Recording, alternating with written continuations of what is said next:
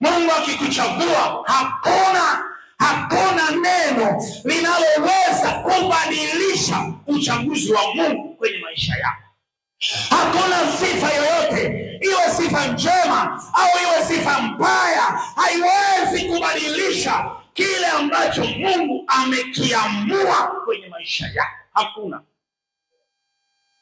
Mungu akamwambia Samueli, usiangalie kama wanadamu wanavyoangalia.